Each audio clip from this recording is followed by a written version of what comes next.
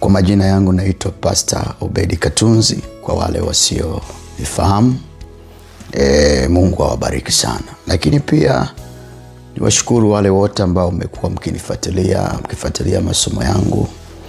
Yale ambayo Mungu amekuwa akinipa neema ya kuja kwenu kwa ajili ya kusema na nyinyi. Kwa Mungu wa mbingu na nchi awabariki watu wote ambao mmekuwa wema na waaminifu katika kuendelea kuishi katika maisha ya utauwa na utakatifu, mkijiandaa katika siku ile ambayo itakuwa ni siku ya kipekee, Yesu atakapokuja kuchukua bibi harusi wake. Mungu wa mbingu na nchi awabariki. Nimewaombea. Leo kuna mambo nataka tuzungumze ambayo ni ya msingi sana na ya muhimu mno, ambayo yatakujenga wewe ambaye ni mzazi. Leo nataka kuzungumzia malezi ya watoto. Malezi ya watoto, na naweza kusema kwamba malezi ya watoto yanaweza kusababisha wazazi wakakosa kuiona mbingu. Katika kile kitabu cha Ufunuo 20 na ule mstari wa 12 imeandikwa, nikawaona wafu wakubwa kwa wadogo. Wafu wakubwa kwa wadogo wamesimama mbele ya hicho kiti cha enzi, na vitabu vikafunguliwa, na kitabu kingine kikafunguliwa ambacho ni cha uzima, na hao wafu wakahukumiwa katika mambo hayo yaliyoandikwa katika vile vitabu, sawa sawa na matendo yao. Huyu ni Yohana, ambaye tunakumbuka Yohana huyu ni yule ambaye alipelekwa katika kisiwa kile cha Patmo, na alijaribiwa kuuliwa kwa mara kadhaa, na mwisho wa siku akamshindwa, wakaamua mtupe katika kile kisiwa cha Patmo, kule ambako hakuna chakula, hakuna chochote, afe na haliwe na wanyama wakali. Na kule ndipo alipokutana na Bwana Yesu, na Bwana akampa neema ya kumwonyesha mambo yajayo, mambo ya sasa na mambo yajayo. Kwa hiyo hapa anasema Yohana, nikawaona wafu wakubwa kwa wadogo. Aliwaona wafu wakubwa kwa wadogo. Maana yake hawa wafu wakubwa, maana yake ni watu wazima, wadogo ni watoto wadogo ambao walikuwa wamesimama katika kiti cha enzi, kiti cha hukumu. Biblia inasema na vitabu vikafunguliwa. Kingine kikafunguliwa ambacho ni cha uzima, na hao wafu wakahukumiwa katika mambo yao yaliyoandikwa katika vile vitabu, sawa sawa na matendo yao. Hukumu ya Mungu itakapokuja, au hukumu ya Mungu, kwa sababu mpaka leo hukumu ya Mungu inaendelea kwa wale wanaokufa katika dhambi, na ndio maana Biblia inasema baada ya kifo ni hukumu. Hukumu ya Mungu inaendelea mpaka sasa kwa wakubwa na kwa wadogo. Hapa Biblia inazungumzia kwamba ni ile hukumu ya mwisho ambayo watu wote watasimama katika kiti cha enzi au kiti cheupe cha hukumu, ambako vitabu vitafunguliwa, na vitabu vitakapofunguliwa kila mmoja atahukumiwa sawa sawa na matendo yake, hawe mkubwa hawe mdogo. Nataka niseme nini? Wazazi wameshindwa na watoto wao. Leo hii malezi ya watoto si mazuri. Kwa nini? Kwa sababu watoto hawana malezi au fundisho kutoka kwa wazazi wao. Leo tunashuhudia katika mataifa mbalimbali, wazazi wako bize kutafuta fedha, lakini hawako bize kuwajenga watoto katika msingi. Miaka ya zamani, baba ndio alikuwa anaenda kutafuta chakula. Unakumbuka hata ulivyokuwa kule vijijini, baba anaenda kutafuta chakula, lakini mama ndiye alikuwa anakaa nyumbani kwa ajili ya kulea watoto. na anapokuwa analea watoto, mama ndio alikuwa anatoa adhabu au anatoa maelekezo mtoto anapokuwa amekosea. Kwa hiyo wamama ndio walikuwa wanawaweka watoto sawa. Walikuwa na adabu na heshima, yani adabu zilikuwepo. Unakuta mtoto wa kike ana adabu za kutosha, unakuta mtoto wa kiume ana adabu ya kutosha. Lakini leo kwa sababu ya dunia inavyokwenda na wazazi wa kiume wanakosa kukaa katika nafasi zao, imepelekea wamama sasa na wao kuwa busy kufanya kazi. Kwa hiyo baba anaondoka asubuhi na mama anaondoka asubuhi, watoto wanapelekwa shuleni na wakati mwingine watoto wanapelekwa boarding. Wazazi wanaona hapana bwana, tunachoka na kelele za watoto wetu, hebu ngoja tuwapeleke boarding wakasome kule. Sasa hili kuwapeleka boarding ndio limesababisha kuwa watoto wengi kuharibikiwa. Yani watoto kiasi kubwa cha watoto kuharibikiwa ni kwa sababu ya wazazi wao wamewatupa wazazi, wamewatelekeza wazazi kwa kigezo waende wakasome ili waje kufanya vizuri katika maisha yajayo. Kwa hiyo wazazi hawana muda tena na watoto. Kwa hiyo wanapofika watoto kule boarding wanakutana na tabia nyingi. Ndio maana tuna watoto ambao mpaka sasa hivi ni mashoga, watoto wanaolawiti watoto wenzao, watoto wanao yani wanafanya vitu vya ajabu. Kwa nini? Sasa wazazi hawana muda na watoto, na kwa sababu wazazi hawana muda na watoto, hilo litapelekea wazazi wengi kuhukumiwa sawasawa na matendo yao na matendo ya watoto wao.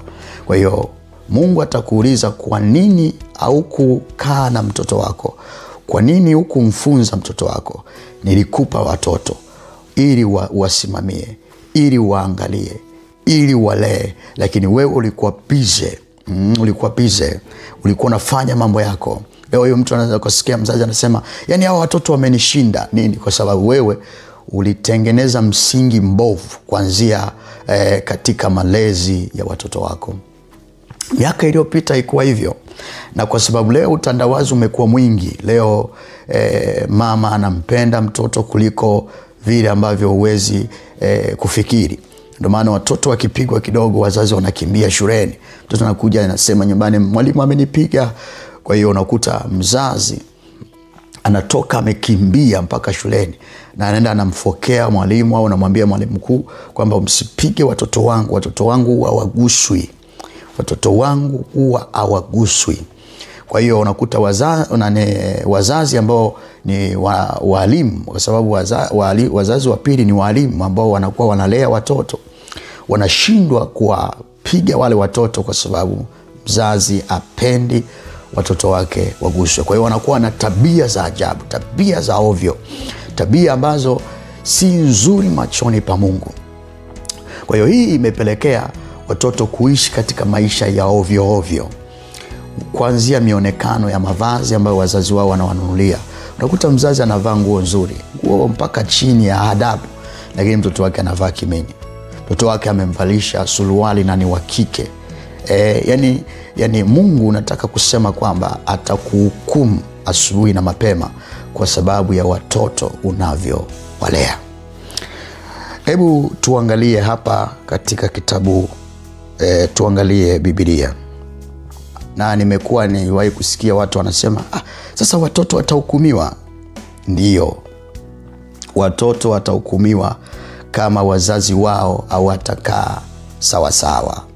Na leo hii mambo yamebadilika sana. Watoto wanaanza kufundishwa uchawi wakiwa katika matumbo ya mama yao. Mtu mwingine anaweza akasema, hii kuwa uchawi katika matumbo ya mama yao hajazaliwa inakuaje? Ni kweli. Kabla mtoto hajazaliwa, yuko katika tumbo la mama yake, tayari anaanza kufundishwa uchawi. Ulimwengu wa roho ni ulimwengu wa kipekee sana. Ulimwengu wa roho ambao yani kuna kujitambua kuliko ulimwengu wa mwili. Hebu tusome katika kitabu kile cha Yeremia 1 na ule mstari wa 5. Kabla sijakuumba katika tumbo nalikujua, na kabla hujatoka tumboni nalikutakasa. Kabla hujatoka tumboni nalikutakasa. Kwa nini Mungu anamwambia Yeremia kwamba kabla hujatoka tumboni, yani ukiwa tumboni, nalikutakasa? Kuna uchafu gani mpaka mtoto atakaswe? Kuna shida gani mpaka mtoto atakaswe? Manake kuna jambo ambalo halikuwa sawasawa. Anasema, nimekuweka kuwa nabii wa mataifa. Yani Yeremia ametakaswa tangu tumboni, alafu amewekwa kuwa nabii wa mataifa tokea akiwa tumboni. Tokea akiwa tumboni. Amefanywa kuwa nabii wa mataifa. Kwa hiyo hata wazazi leo wengine ni wachawi. Tangu tumboni wameshawafanya watoto wao kuwa waganga wa kienyeji, kuwa wachawi. Mtoto anapozaliwa wanasema huyu ndiye atakayelisi. Tangu tumboni wazazi wao wanakwenda kufanya matambiko, wazazi wao wanakwenda kufanya vitu vibaya. Lakini pia hata wachawi nao wanaweza kuwatumia watoto wenu tangu tumboni, wakawafanya kuwa wachawi na bila nyinyi kutambua. Kwa hiyo watoto, ndio maana huwa tunasema mtu unapopata ujauzito mara moja, nenda kanisani, muone mchungaji, alafu iweke wakfu ile mimba tangu tumboni. Mchungaji atakuombea. Kama una mume wako atashika tumbo. Na kama mume wako atakuwa hayupo katika hayo mazingira, basi mchungaji atakuombea kwa kuweka mikono yake kichwani, sio tumboni. Tumekuwa tunaona wachungaji wakora wanashika vifua vya wanawake, wanashika matumbo ya wanawake eti wanawaombea. Hizi nazo ni takataka zingine. Kwa hiyo atakuombea na ile mimba itawekwa wakfu chini ya madhabahu ya Mungu. Maanake italindwa, itatakaswa kwa damu ya Yesu tangu tumboni. Sasa leo hii wazazi mmekosa kufanya majukumu yenu. Majukumu yenu ya kuwalea watoto mmetupia dada wa kazi. Majukumu yenu ya kuwalea watoto mmetupia walimu walioko mashuleni. Mmesahau wajibu wenu. Mmesahau wajibu wenu. Katika kitabu kile cha Methali 1:8 anasema, mwanangu, yasikilize mafundisho ya baba yako. Maana yake katika miaka iliyopita watoto walikuwa wanafundishwa mafundisho na baba zao. Baba zao ndio walikuwa wanafundisha watoto wao. Wakirudi tu shule wanawaelekeza jinsi ya kuishi, jinsi ya kukaa, jinsi ya kutembea, jinsi ya kuheshimu watu wazima. Leo unaweza kukutana na mtoto mdogo na asikusalimie, yani anakuangalia tu kama kiazi. Na zamani haikuwa hivyo. Ukiona mtu mzima, tulikuwa tunaambiwa lazima watoto, mnapoona watu wazima muwaheshimu. Na zamani ulikuwa ukimwangalia mtoto hivi, pengine unaona amekosea, anakimbia, anaogopa. Lakini leo dogo anaweza akakosea na asikimbie. Wakati mmoja nilikuwa napita na gari, dogo akashika jiwe kadogo hivi, kakarushia gari, wala akana habari. Pojaribu kufungua kuangalia, akana hata habari, akana hofu wala mashaka yote. Kwa nini? Kwa sababu watoto wanalelewa katika malezi mabovu. Na kwa sababu wanalelewa katika malezi mabovu, wataenda kuzimu. Na hata leo watoto wanaenda kuzimu. Leo wazazi mmekosa muda. Mkirudi mnasema, watoto wangu nataka wajue Kiingereza. Mmeshawanunulia TV kubwa ndani ya nyumba zenu, mmewawekea pale, wanaangalia katuni. Katuni nyingine ni za mashoga ndani yake. Katuni nyingi ambazo tunaziona pale zina mashoga, zinafundisha mapenzi. Huyu kampenda huyu, huyu kambusu huyu. Kwa hiyo watoto wenu mnawafundisha uovu baada ya kuwafundisha neno la Mungu. Watoto wenu mnawapandikizia mbegu chafu baada ya kuwapandikizia mbegu ya neno la Mungu. Mungu atawadai au watoto. Uyasikilize mafundisho ya baba yako, wala usiache sheria ya mama yako. Kwa hiyo Mungu, mama ndio anatoa sheria katika familia kwa watoto. kuwaelekeza sheria za nyumba hii, kuwaelekeza sheria za maisha yao, kuwaelekeza sheria za heshima. Baba anafundisha, mama anatoa sheria, kwamba sheria ya nyumba hii ni 1, 2, 3, 4. Usikengeuke hapa. Ukikengeuka hapa unakula fimbo. Leo hata watoto hawaogopi wazazi wao, kwa sababu wazazi wanawalea kizungu. Eti kizungu. Wekea ma TV wanaangalia makatuni, wekea TV wanaangalia nyimbo za Bongo Flava, nyimbo zao wasanii wako uchi, vifua wazi, matumbo wazi, wadada wamevaa utupu, wako na vichupi, eti wako kwenye swimming pool au wako wanakata viuno mahali pengine. Nataka nikwambie wewe mzazi, ondoa takataka inayoitwa TV ndani ya nyumba yako. Toa. Mimi ndani ya nyumba yangu hapa hakuna cha TV. Hakipo. Hakuna cha TV. Hata watoto wenyewe hakuna cha makatuni wala manini. Kama wanataka kujifunza Kiingereza watafundishwa na walimu wao. Na hii nyumba watoto, mama yao lazima hakikishe jioni anawafundisha neno la Mungu. Anawapa sheria ya nyumba hii. Hili watakapokuja kukua, wakue katika kimo cha kumlingana Kristo. Sasa naendelea. Kwa maana hayo yatakuwa kilemba cha neema kichwani. Kilemba cha neema kichwani. Wazazi, mnawafundisha nini watoto wenu? Mnawafundisha neema? Mnawafundisha matusi? Mnawafundisha uzinzi? Mnawafundisha neema au mnawafundisha uzinzi? Kwa kuwaonyesha makatuni, kwa kuwaonyesha vitu vibaya katika TV zenu? Mungu atawadai watoto.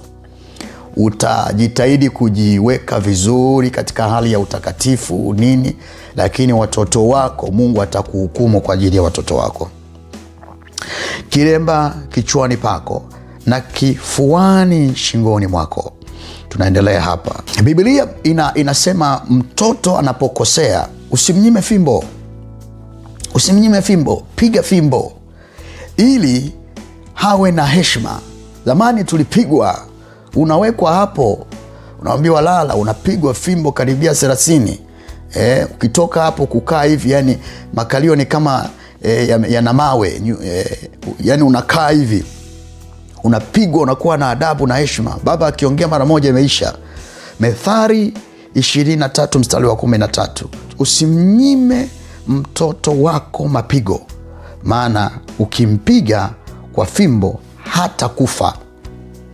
Utampiga kwa fimbo na kumwokoa nafsi yake na kuzimu. Na kumwokoa nafsi yake na kuzimu. Manake kama hautampiga mtoto, hautamlea mtoto vizuri, kuzimu mtoto wako inamsubiri.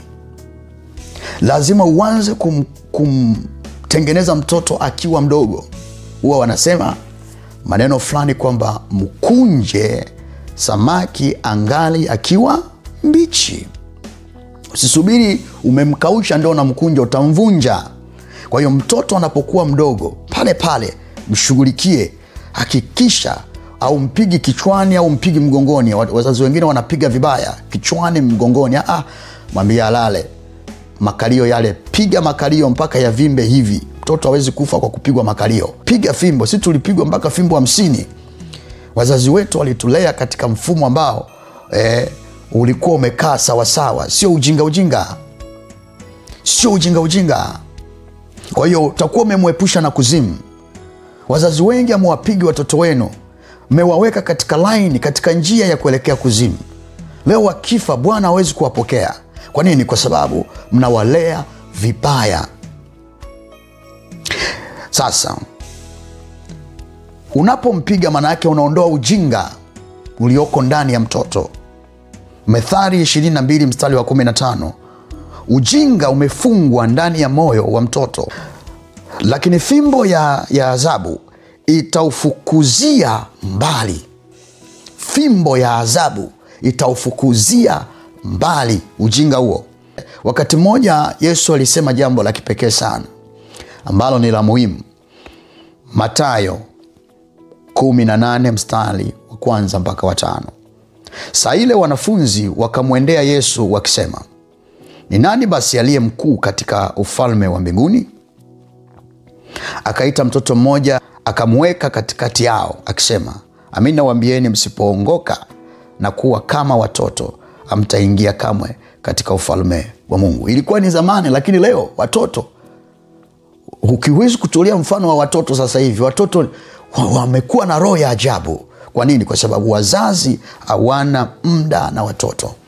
Zamani watoto walikuwa wanaadabishwa, wanaelekezwa, wanapewa maonyo, wanapigwa mapigo kwa fimbo. Na mnaposhindwa kuwafundisha, maana yake mnaua urithi wa Bwana. Mnaua urithi wa Bwana. Na ndio maana katika kitabu kile cha Zaburi ya 127 mstari ule wa 3 anasema, tazama, wana ndio urithi wa Bwana, uzao wa tumbo ni thawabu, ni baraka. Kwa hiyo watoto ni urithi wa Bwana.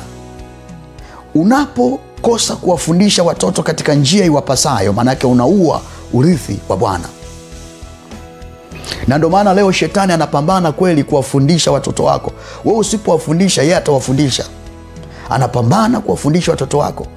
Tumeona hata kwenye TV siku moja kwamba walikamata vitabu vya mashoga ambavyo vilikuwa vinapitishwa kwa watoto, wafundishwe watoto ushoga wakiwa watoto wadogo.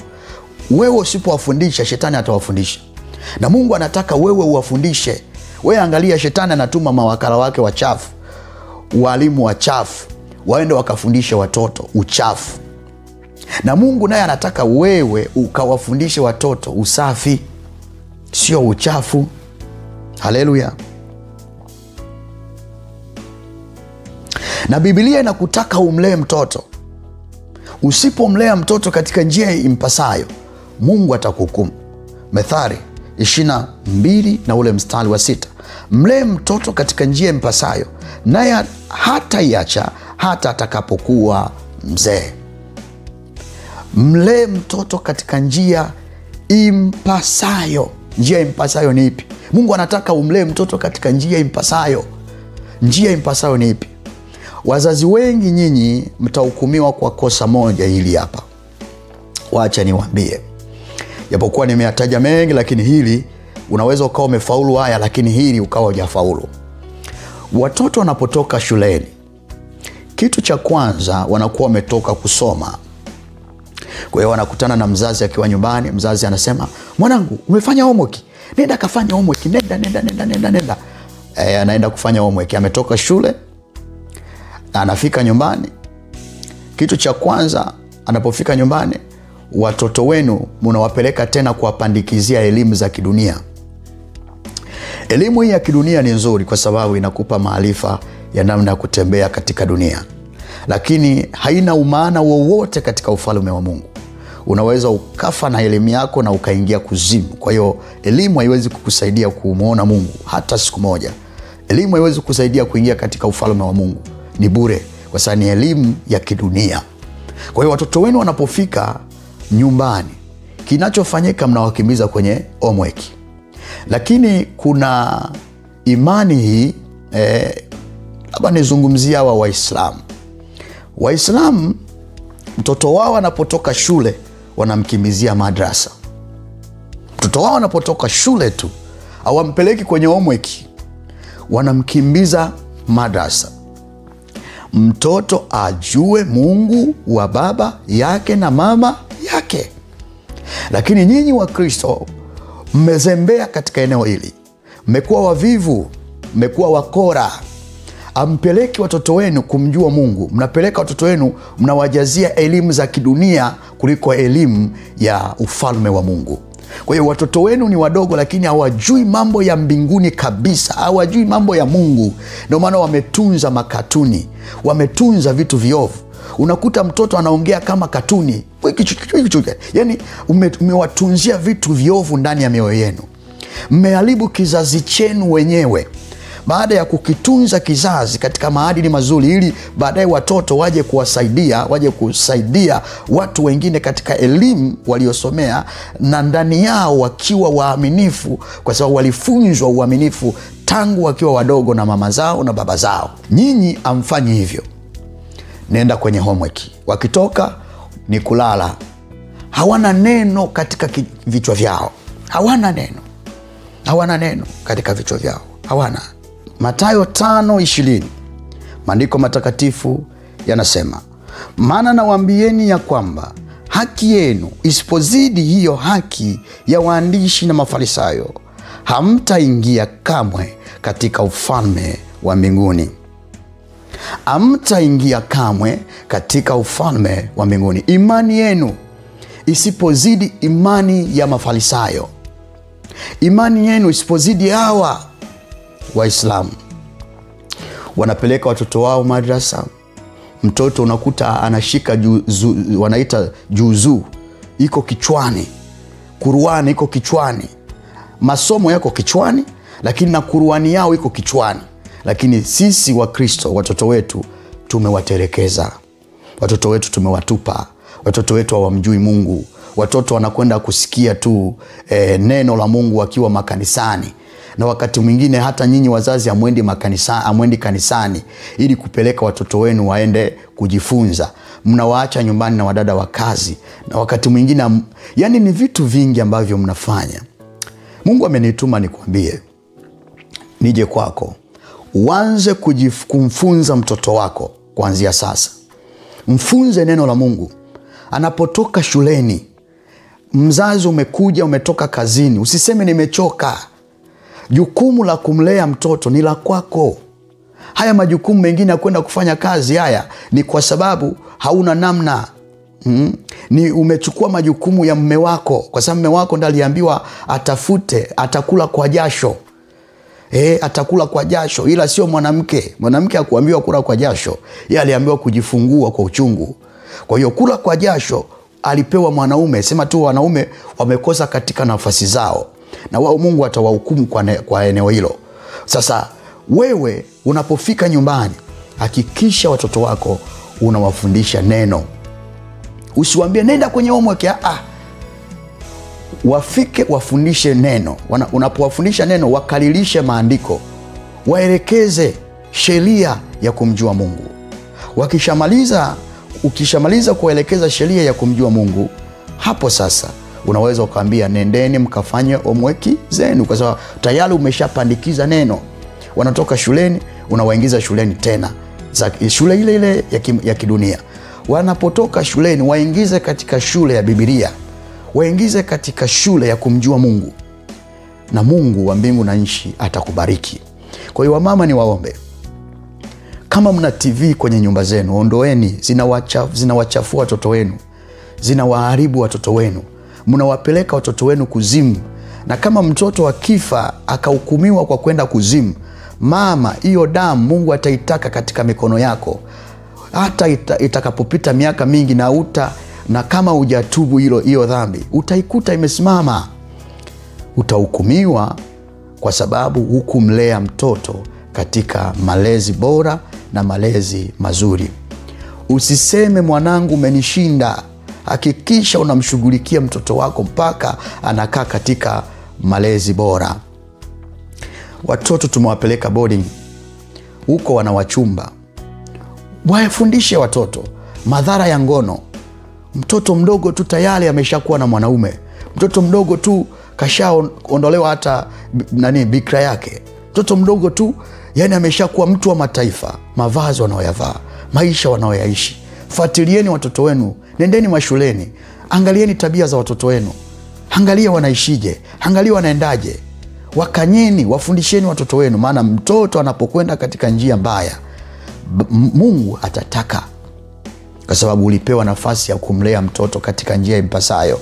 Lakini wewe ukumlea mtoto katika njia impasayo, ulimlea katika njia ya uharibifu, ulimlea katika njia ya uovu, ulimlea katika njia eti ya uzungu. Mtoto anafika tu kutoka shule, unamgea simu ili afurahi, enjoy. Mama naomba simu. Anajua kuingia mpaka kwenye mitandao ya kijamii, kuangalia mpaka watu wa mataifa, kuangalia hiki na kile. Mungu atakudai. Baada ya kusema hayo, wewe unaisikia sauti hii, tengeneza na Bwana. Anza kukaa na watoto wako, wafundishe neno la Mungu. Weka Yesu mioyoni mwao kwa kiasi kikubwa. Tunamjua Yesu kwa kusikia. Imani huja kwa kusikia. Imani huja kwa kusikia.